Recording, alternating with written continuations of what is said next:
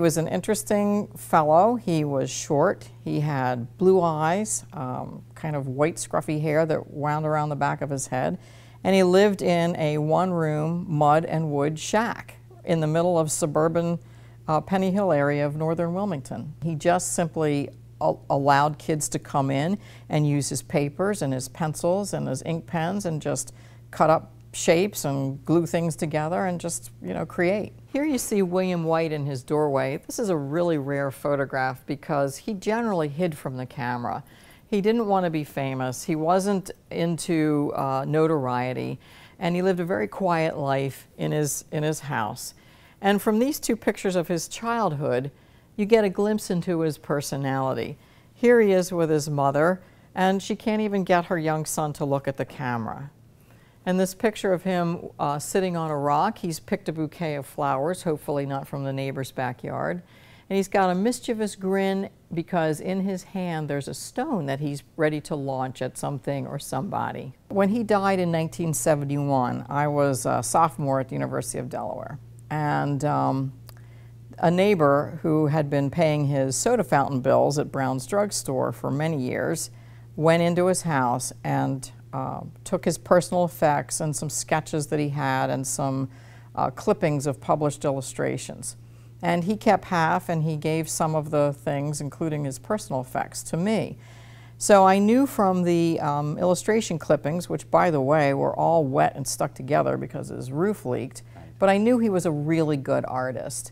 The problem was that I was just a kid at the time, and I didn't know where to start to research him. But this has been a sort of a life dream for me. William White received classical training at the Pennsylvania Academy of Fine Arts, and he was also familiar with the Brandywine School of Art Howard Pyle students. Actually, he studied with Gail Hoskins for a brief period of time.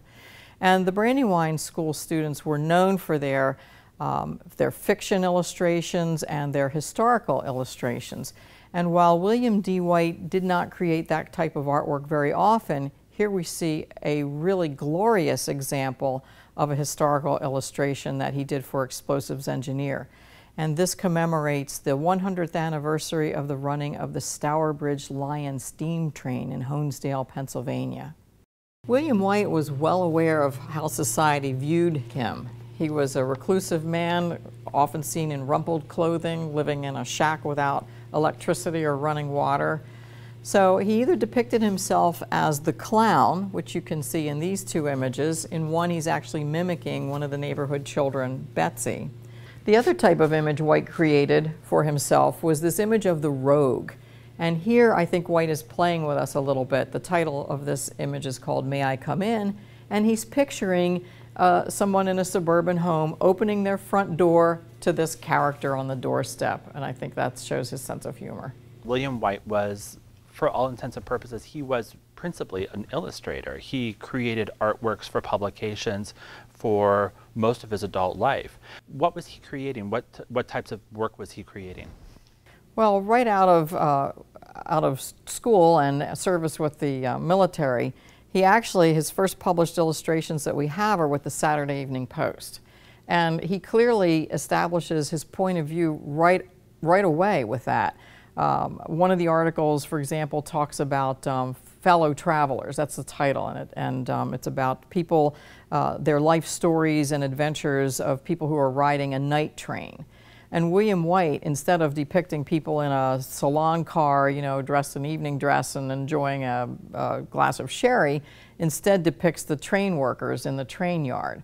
So he's really not interested in people in shirts and ties. He's interested in the common man, the laborer, the people that are making the country run, so to speak. And then in 1922, he gets hired by the Hercules Powder Company in Wilmington, creating illustrations for the Hercules Mixer, which is their employee trade magazine. And then when they started publishing the Explosives Engineer in 1923, he was invited to create a spread of coal miners for that inaugural issue. So he did almost 500 illustrations over 39 years for 3 different trade publications for Hercules. The majority of those were for the Explosives Engineer magazine, about 370. And about 3/4 of those depicted coal miners. So he really wanted to go out and paint what he called real life.